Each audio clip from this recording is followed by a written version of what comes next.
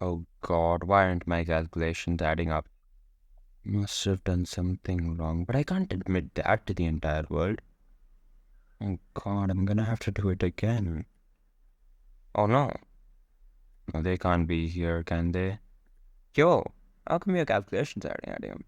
Did you do something wrong? Um, so there's this thing I'm going to be calling dark matter and energy, and that's the thing that's messing up with my calculations.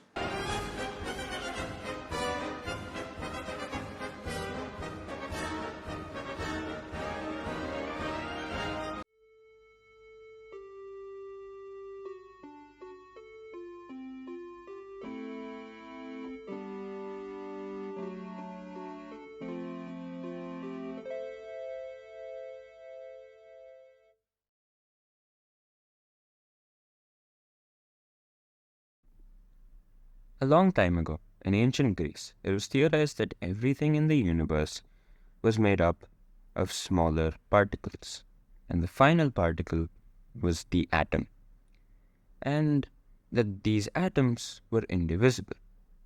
That theory has been disproven as atoms are quite divisible.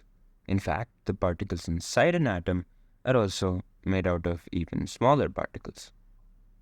But, anyways, looking out towards the universe, the various galaxies that fill outer space, scientists found out that the speed of rotation of some galaxies do not match the mass of the visible matter of those galaxies. They're basically spinning too fast for what we have calculated their mass to be. And guess what? An object with greater mass will be acted upon by gravity much more. So that same theory applies to these galaxies.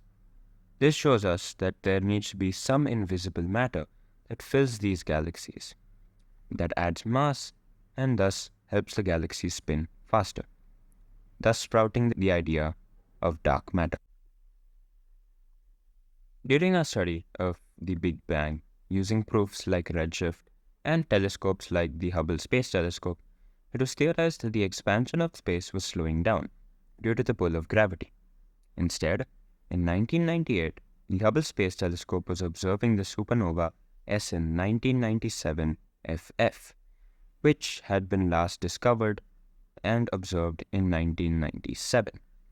According to the calculations of the universal expansion slowing down, the telescope was set. However, the supernova turned out to be much farther than calculated.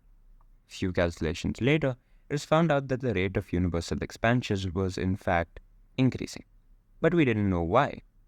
This gave rise to a theory of an energy that accelerated spatial expansion, dark energy. See, dark energy and matter are confusing topics because look, we know more about what they are not than what they are. So let's start. We firstly know that dark matter is not in the form of clouds of normal matter. This is because normal matter absorbs radiation when it passes through it. So, looking from Earth, there would be random spots in space from where relatively lesser radiation would be sensed. So we can consider that dark matter just doesn't affect any form of radiation. Secondly, we know that dark matter is not antimatter. See, antimatter is normal matter where protons carry a negative charge, thus we call them antiprotons, and the electrons carry a positive charge, thus we call them positrons. We have done many experiments in it and it exists almost everywhere around us. When antimatter reacts with normal matter, however, it produces unique gamma rays, which we cannot sense around us. So what do we really know about dark matter? I mean, scientists must have spent a lot of money and time studying it. Well, we know that dark matter is around 5 times heavier than normal matter, as there are spots in space where dark matter causes huge gravitational lensing. Dark energy, on the other hand, is a bit more mysterious. All we know is that dark energy is the reason that the expansion of space is accelerating, similar to how you need energy to accelerate a car. However, it could also just be how space acts, that space on its own accelerates its expansion without the need of an additional source of energy. In the end, it is theorized that 68% of the universe is dark energy, 26% is dark matter, and the remaining 5% is what we have seen, observed, and calculated, aka normal matter and normal energy.